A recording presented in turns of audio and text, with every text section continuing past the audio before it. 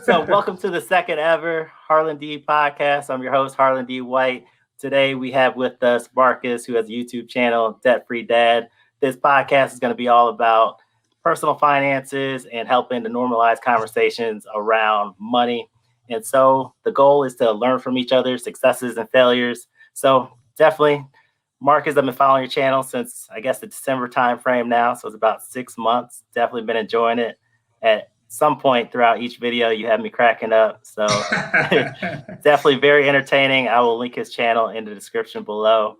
To get us started, you want to just give us a little background about yourself and who you are, and we can kind of get it started from there. Definitely. My name is Marcus. As Harlan said, my channel is DebtFree Dad. And my channel is essentially following my debt-free journey as I'm finally looking to tackle about $236 was the total. $236, I wish. $236,000 of student loan debt between my law degree and my wife's master's. And, really the reason we started it and I started the channel is I actually did a video on it. But, about last summer around this time, I actually, had a health situation that came up, and that put it in perspective. I was like, man, let me do all the stuff I want to do, like start this YouTube channel. And it might be a bad idea to try to outlive these student loans. Let's just go ahead and knock them out and get them out of the way. So that's what the channel is focused on, following my journey and learning about, finance from some of my mistakes and some of my successes. Okay, so with that, I guess, so YouTube was on the bucket list, or how did you make that transition from, life, health issues, and go from that to starting a YouTube channel about paying off debt? Yeah, I'll tell you, I always kind of kept my eye on some finance YouTubers out there, the ones who I liked and followed. And I was also into fitness. So I always wanted to start a channel. I was just torn between whether I was going to do something that was finance related or something that was fitness related. And so, analysis paralysis, I didn't do either. And one day last June, actually on my wife's birthday, I ended up having a headache, and I never have headache. I mean, I work out 4 or 5 times a week. I got a heavy bag in the house, and I had a headache, and it was odd, and then I got dizzy. So I went in the room and took a knee because I didn't want to fall. Ended up having to call 911. By the time they got here, I felt fine. Literally like 7 minutes later, I felt fine. Everything was normal, no issues. But I know myself, and I was like, nah, something not right. Let me just take a ride to the ER just in case. And they did a scan, and unbeknownst to me, I had some rare extra set of veins that were entangled in my brain that needed to be removed because of the entanglement. If you're exercising and your heart rate goes up, your blood pressure goes up, it was a high possibility of a rupture because they were so entangled. So, having 3 surgeries in a 90-day period, I was sitting in a hospital like, man, I get out of here. Everything I said I wanted to do, let me go ahead and knock it out. And I finally came to the finance decision because everyone has to deal with finances. Not everybody really care about fitness and health, but everyone, no matter if you're wealthy, poor, middle class, no matter your economic situation, finances affect us all. Oh, wow. How long did it take you to get back to like working out and stuff after all that? Man, it was amazingly. It's funny. I always kind of joke with my son, and I'm like, man, you got really good genes, man.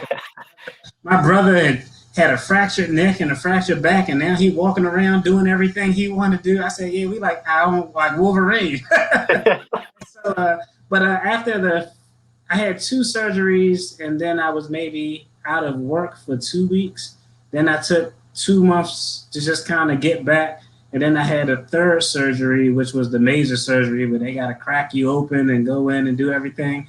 I had that in August.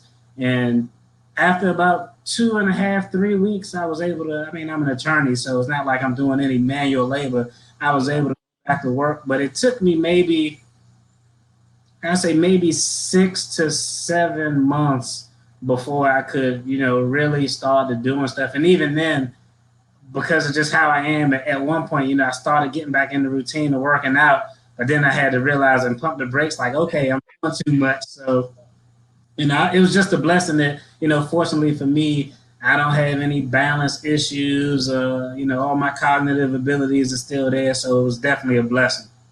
Okay, I picture CT Fletcher, like he went through some health issues like last year working out, and then he came back and he's overextending himself but pushing himself. Right, So right. okay, I bring that up just because I'm big into fitness and stuff too. So man, that's a large part of my life. So to have that taken away even for a brief period probably bring some more perspective to myself. All right, so let's get back to the YouTube channel. So you did decide to make the decision to focus on finance. How about like, did you grow up like? How was your growing up? Were you with handling money? Was that something like your parents taught you? Like, give us like some perspective on younger Marcus handling finances, and then kind of through the years. Okay, well, growing up, I'll tell you that finances in our house was just one of those things where you work to pay bills and owing people, and payments were just a part of life. That's just kind of what it was in the environment that I was used to.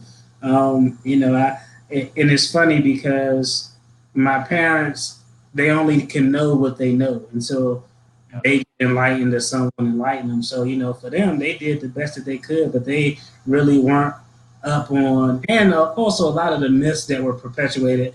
And I especially think in the Black community, like, oh, the stock market, you lose money. There's a fear there. People want to get their money. So coming up, it really wasn't any finance discussions. It was just kind of work, then it had to go out the door, and work and had to go out the door. And so growing up, that was just kind of my mentality. I mean, I did everything dumb. I did a video about stupid purchases I made in my 20s. I could have made a 20-hour long video. I wasted money on iced out watches, cars with put a TV in the car. And, I mean, just so many stupid stuff. The 2 or 3 different pair of the same shoes that were all different colors. I mean, just tomfoolery, stupid stuff. I think, as I came up, my enlightenment really came when I was in the military. When I went in the military, you out, you on your own, you finally got some consistent income coming in, and you don't have a lot of bills. I mean, no wife, no kids, no anything. And we were getting ready to get deployed, and it was this older guy, cool guy. He's an E7. And he was like, hey, I'm going to square you away. He was like, because a lot of these soldiers are going to come back after deployment. You get all this extra money. You don't pay taxes. And a lot of guys are going to come back broke, but I'm going to square you away. So he was like, this is what you do. Set up an allotment, have $500 a month going into this account. All right? He was like, then you set up everything else, go into a separate account that you don't have access to. After your 12 to 18 month deployment, however long you're there, when you come back, all the money you want to spend and blow, that's that $500 a month that you've been stashing away. All the other money that you need, you stash that and do something with. So that was really like the first time that, oh man, saving money and I can do some things with it. Now, they weren't anything complex. I mean, my first bright idea, I was like, yeah, I'm going to get a bunch of CDs. I had a bunch of CDs getting no interest. I thought it was great because I essentially set it up to where I had like a $1,000 CD that would mature every month. So in the event, if an emergency came up and I needed money, it was there for me to grab without penalty. But I mean, it was like giving them a free loan because I wasn't making any money. But that was where my first enlightenment with money came. And then once I got out the military and law school, just kind of around people who came from different backgrounds or professional careers, parents, then I learned a little bit more about investing and how to actually maneuver with money. Still did stupid after that, but that was kind of how the education process went. Yeah, I think I remember seeing your video about those stupid purchases, and I was talking about, I think some of mine, I bought some rims when I was in college. Like my whole summer earnings went towards some rims, and things like that. So how did you decide to get into the law field, become a lawyer? Well, it was interesting. My mother is a very religious person. I mean, I grew up in as much as I was in the street, I was in the church probably equally. So I was probably, as much as I was out running, I was in the church because my mother's a missionary, so she always had church. And I have a lot of family members who just were in church. And I mean, from an early age, my mother was like, yeah, I had a dream that you were going to be an attorney. And she was probably telling me that since I was 2, since I can remember. So she probably subconsciously drilled it into my brain, but it really didn't matriculate because I took a real unconventional route. Graduated high school, went to college for 2 years.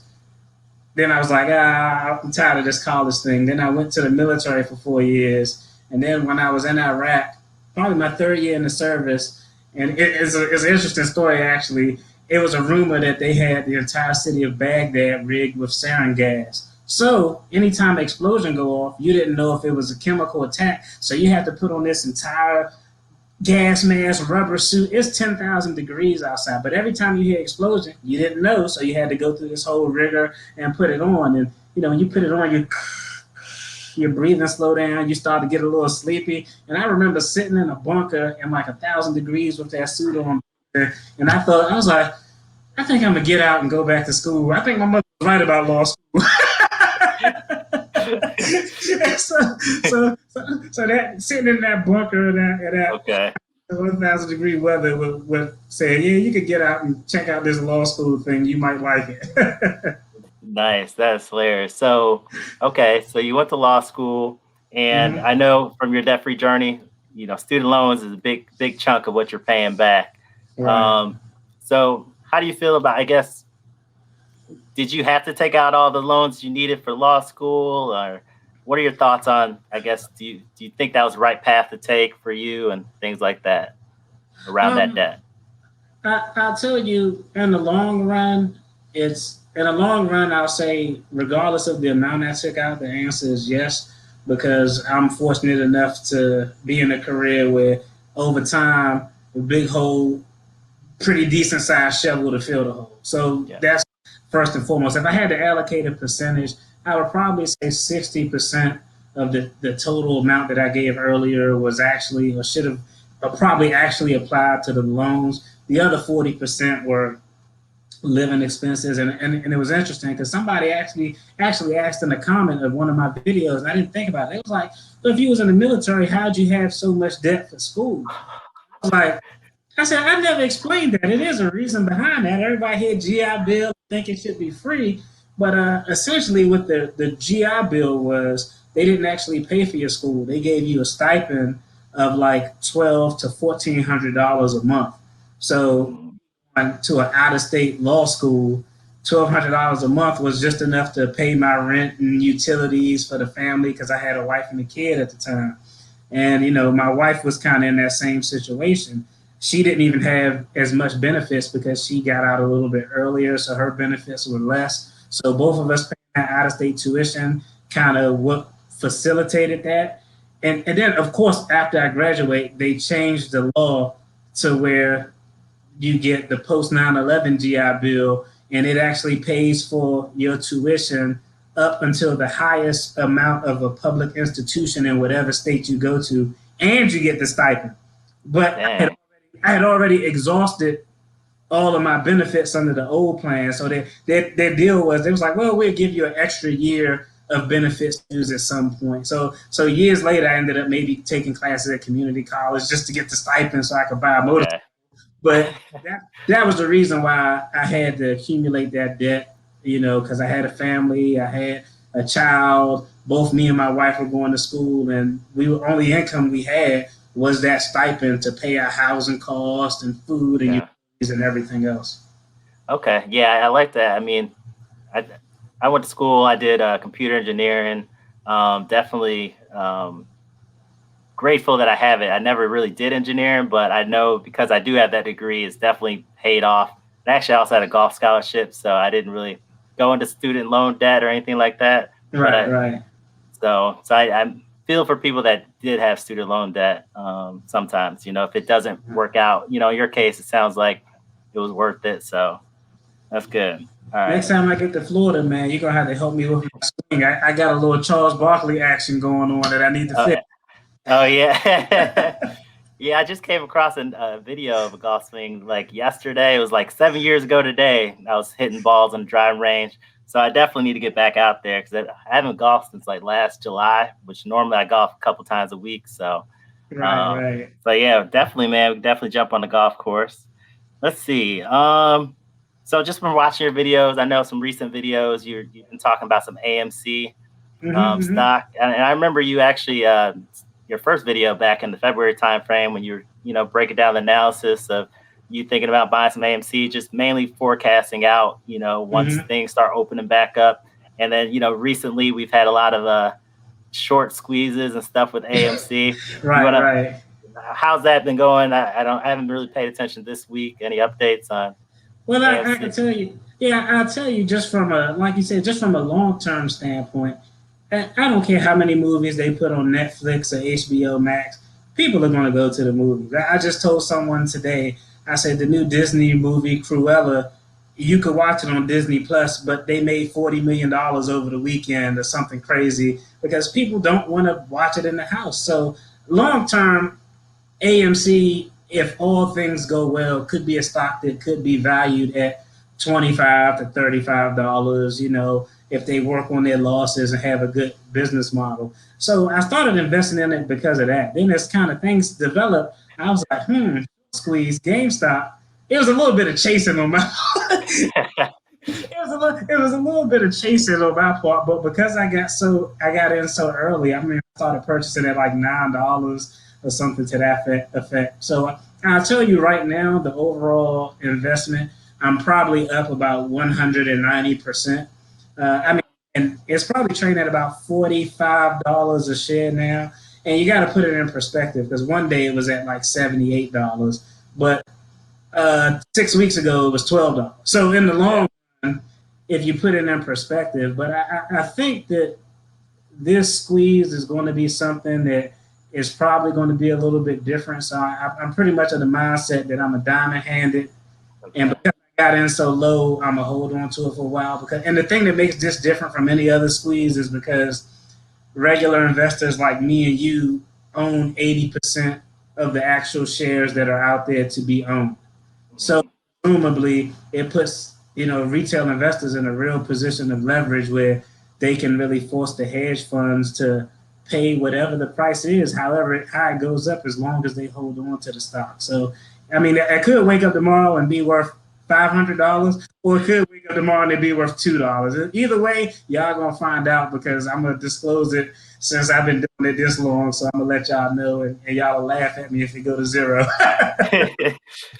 Yeah, that's definitely one of the things I like about your channel, because you do talk about, that's investing, your thought process behind why you're going to buy a stock. You go into real estate, obviously covering your debt-free journey. So yeah, very similar. I bought Dogecoin back in the day. So I'm still holding on to it. I sold off a good chunk, but I bought it at 4 cents and it's still trading like 30 cents. So right. So yeah, very, very excited about that.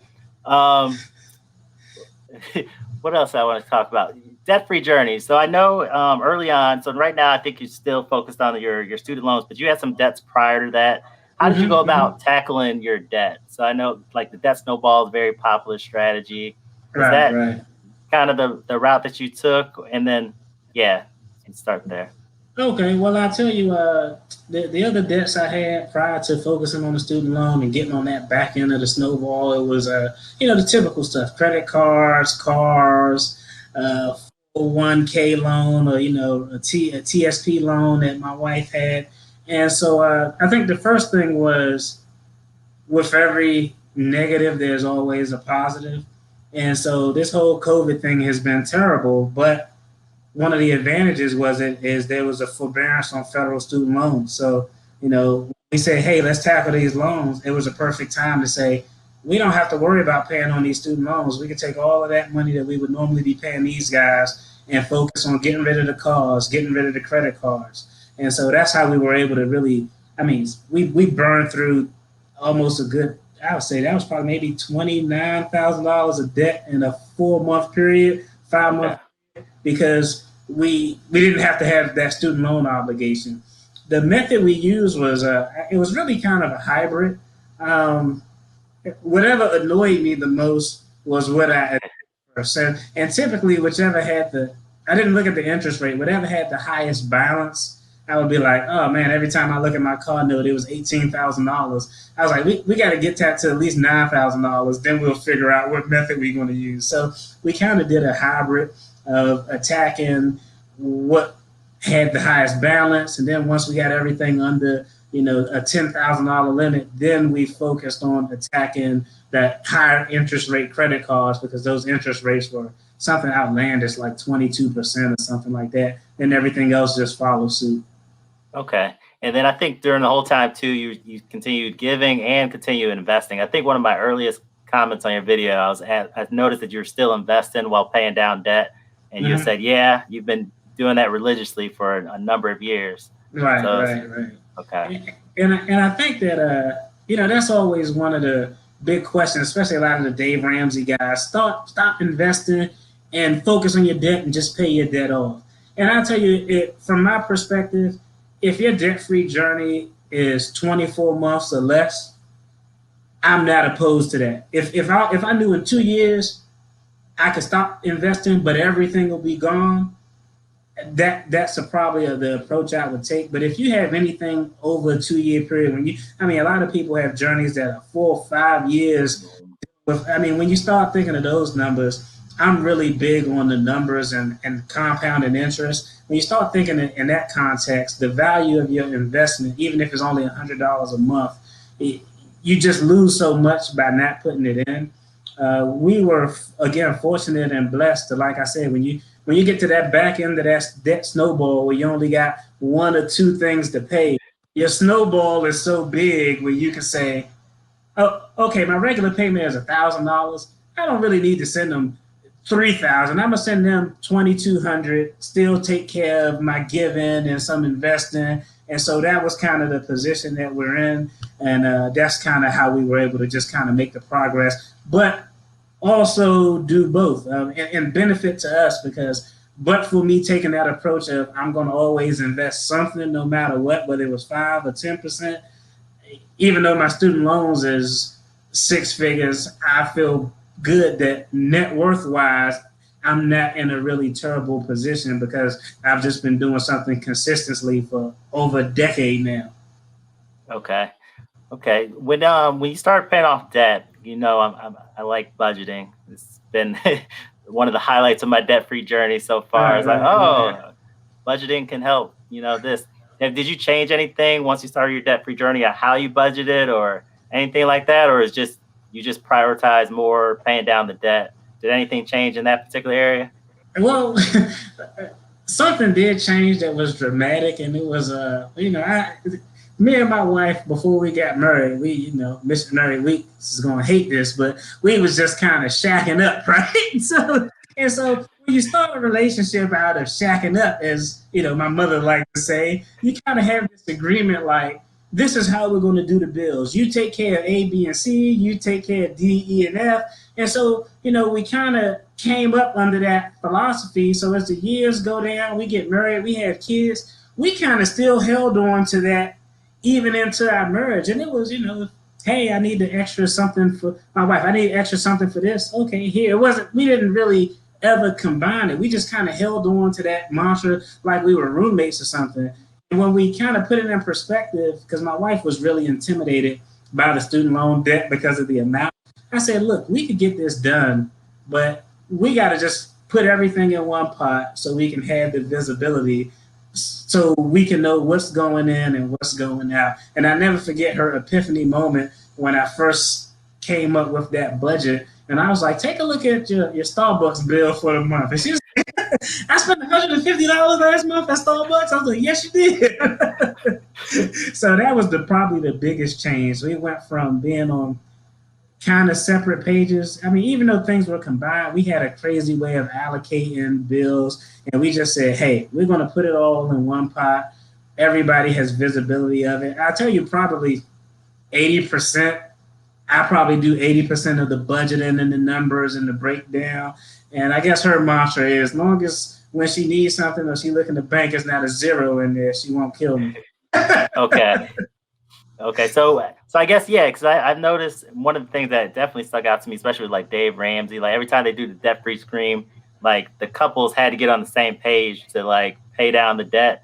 So do you think that was a key part of you guys being on the same page, that you are going to actually knock down this debt? Oh yeah, that play a role? that definitely was a big part. How can I put this? Well, I'm kind of arrogant by nature. That's just kind of how it is when it comes to educational things and budget. I can read this and figure it out. It's not that hard to do. And so I kind of already had the game plan, but my wife was just so intimidated by student loans. And at this time, we were doing everything separate. And I was like, this doesn't make any sense. At the rate we're going, I'm going to pay off all of my stuff. And then your stuff is still going to be lagging behind. So let's just switch it up. But she was so intimidated. That was really the only reason why we actually signed up for the Financial Peace University course. I mean, anything Dave Ramsey teaching, nothing against him, but you can find it on YouTube. I mean, let's just keep it 100. All of his philosophies are out there on YouTube, but actually taking that course had a benefit because she was able to meet people and say, damn, I think we can knock out this student loan. Even though it's 6 figures, we can do it. And so that was really the thing that kind of got us on the same page. I was like, you know what? Sometimes people are listening to stuff coming from someone else faster than they're listening to it coming from you. And it was one of those situations. I said, man, why keep trying to explain it to her? I could just pay $150 because it was on sale and let Dave Ramsey explain it to her. Mm-hmm. And so that's what I did. And that's what facilitated that change and how we approach things and how we combine finances and everything. Okay, cool. Yeah, I had a coworker at one of my jobs. Same thing. She was dating her husband now at the time, and he was debt free, and he was trying to tell her about Dave Ramsey. But it wasn't until she got into that final financial piece where she actually, the lights came on and they got together, paid off all their debt. So very similar. Right. Yeah, definitely. Let's see. What else? Anything else you want to touch on?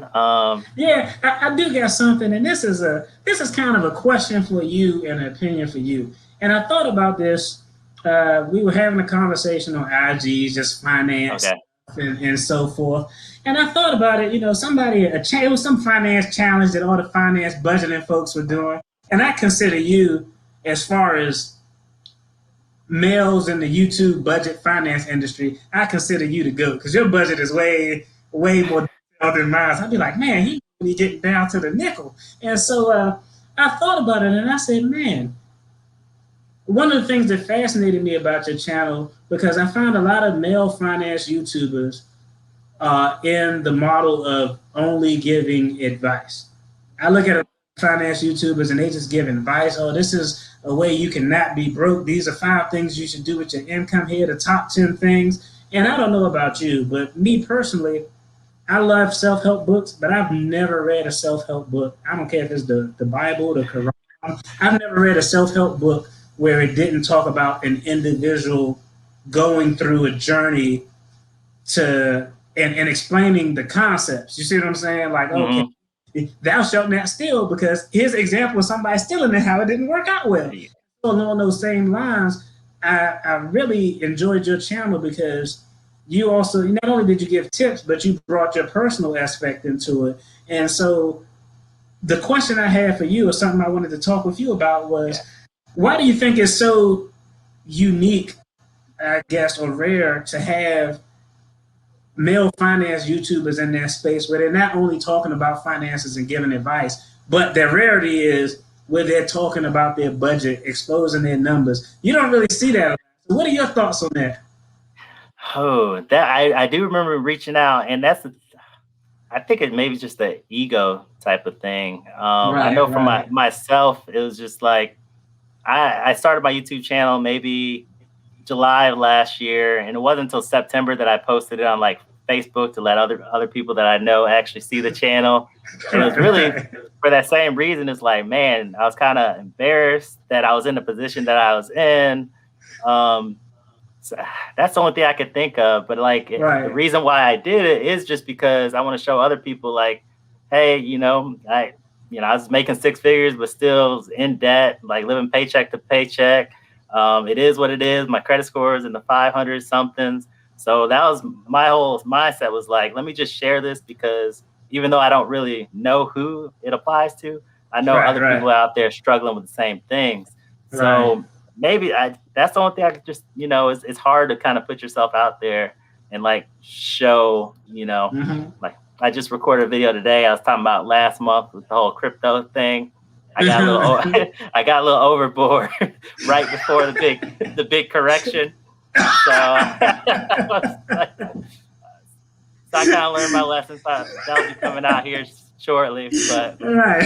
Yeah, all about dollar cost averaging. right. Well, maybe. Oh, that's why you should just dollar cost average. Right.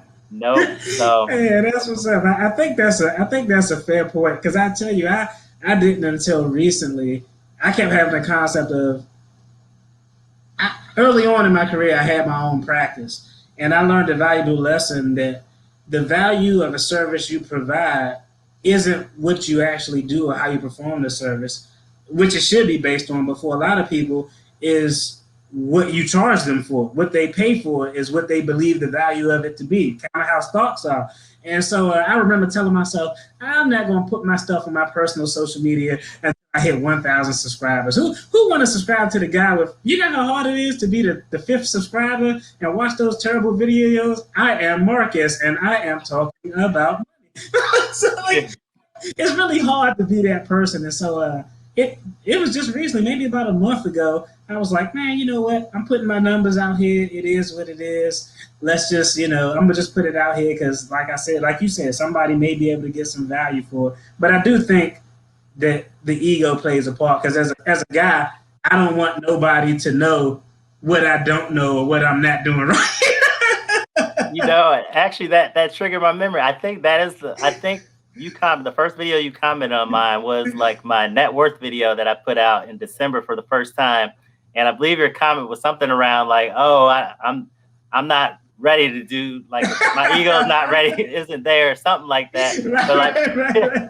But I have noticed that you have put out a net worth video since then. So right. Yeah, I toughed up and manned up. I was like, man, you know what? I'm gonna go and put it out there and let people see what it is. And it is what it is. I got security here, so I'll be all right if you want to act like a knucklehead. Yeah. Oh, yeah. And I also forgot to congratulations on 1,000 subscribers. I did see that you hit that. Was it this week? I appreciate it, man. Appreciate it. Thank you. So I just filmed the video, and I'm gonna give away the content. But you know how this YouTube game is. You getting subscribers, and you're like, man, yes, I got 500. And then you wake up tomorrow, you're like, I got 196. And so I literally had 1,002 subscribers. Oh. And so I woke up, I was so excited. I came upstairs immediately in my office. I was like, because I had a couple of viral things off the Chris Hogan thing. Yeah. It got like 17,000 views. So the hours really weren't a problem. So I felt like the monetization thing. I'm like, yes, it's pending. They're reviewing my page, and I'm excited. I wake up the next morning, it was like 996. I was like, what? I was like, oh man, are they gonna cancel my application? I sprint back up the stairs. I go to look, and all of a sudden it's like, you are a certain amount away. I was so grateful when it finally went back up today to 1,000. And my son, I'm going to pick him up, and I love him, but he could be a jerk sometimes. He never subscribed to my page. I told him this story, and I had exactly 1,000. And he said, you know what, Dad, I'm gonna do you a solid. I'm gonna subscribe to your channel finally, just in case somebody leaves. You got a buffer. Dang! It took him all that time before he subscribed. Terrible, man. But yeah, that was kind of how that thing played out. The moral of that story is, if you got 1,000 subscribers, if you lose a few, they're not going to kick you out of the program to try to get your monetization. They won't mess with you there. Now, if you lose 30, it might be a different story. But if you lose 2, they aren't going to rough you up. Okay, so you were good. Yeah. Cool, man. Yeah, well, I'll link your channel in the description below. I always enjoy watching your videos and things like that, and definitely appreciate you jumping on. We'll have to do this again sometime. Definitely, brother. Hey, I appreciate you having me, man. Like I said, enjoy your channel, and definitely going to be checking out all of your series on this podcast you got going on, because, like I said, I like the jewels you're dropping, and you're providing a lot of value, champ. Appreciate it. You as well, man. So Yep. See you later. Take care, homie. Peace.